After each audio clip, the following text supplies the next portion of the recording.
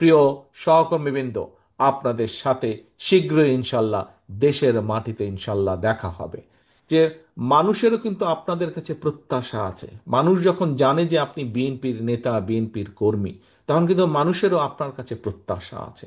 এবং আমাদেরকে কিন্তু সেই প্রত্যাশার সাথে সামঞ্জস্য রেখে চলতে হবে। অর্থাৎ বারে বারে আপনারা নিশ্চয়ই শুনেছেন, আমি বিভিন্ন সময় বক্তৃতা বিবৃতিতে বলেছি, জনগণের সঙ্গে থাকুন, জনগণকে সঙ্গে রাখুন, জনগণের সাথে থাকুন, জনগণকে সাথে রাখুন। প্রিয় সহকর্মীবৃন্দ, আমি একজন রাজনৈতিক কর্মী এবং আমার সামনে আজকে এই হলরুমের ভিতরে, এই হলরুমের বাইরে, এই ক্যামেরার মাধ্যমে আমি যত মানুষকে, এই যে এখন হলরুমের বাইরে আমি দেখতে পাচ্ছি, এই যত আমার নেতা কর্মী মানুষকে আমি দেখতে পাচ্ছি, প্রত্যেকে কিন্তু আপনারা একজন রাজনৈতিক কর্মী, তাই নয় কি? এই মুহূর্তে প্রত্যেকে একজন রাজনৈতিক কর্মী, তাই তো নাকি? আপনারা রাজনৈতিক কর্মী, আমি তো রাজনৈতিক একজন কর্মী। এই যে দেখেন, সবাই হাত তুলেছেন, আপনারা রাজনৈতিক কর্মী।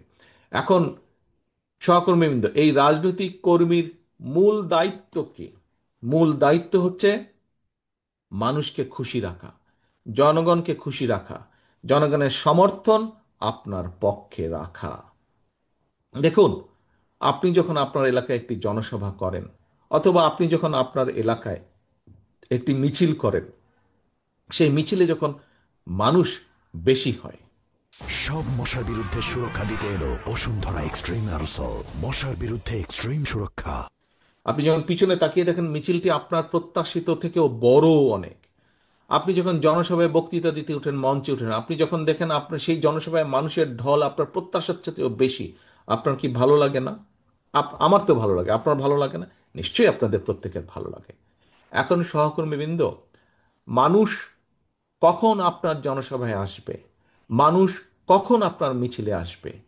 যখন আপনি মানুষের প্রত্যাশা অনুযায়ী কাজ করবেন, তাই তো নাকি? আমি ভাই সিম্পলি এটা বুঝি, সাদামাটা ভাবে আমি এটা বুঝি। আপনি যখন জনগণের প্রত্যাশা অনুযায়ী কথা বলবেন, জনগণের প্রত্যাশা অনুযায়ী কাজ করবেন, তখনই তো জনগণ আপনার সাথে থাকবে। আজকে দেখেন, এই যে যেই দলটা পালিয়ে গিয়েছে, এই বেশি দিন ঘটনা, 1 বছর আগেও, গত বছরও এই সময় কিন্তু ওই স্বৈরাচার আমাদের ঘাড়ের উপরে, দেশের মানুষের ঘাড়ের উপরে চেপে বসেছিল।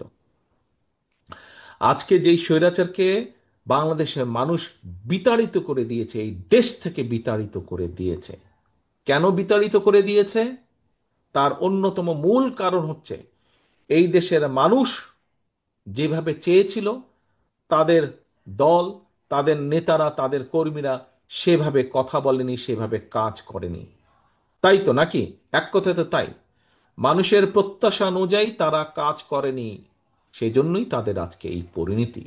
প্রিয় সহকর্মীবৃন্দ, আমি এই সম্মেলনের সাফল্য কামনা করে আমার বক্তব্য শেষ করছি।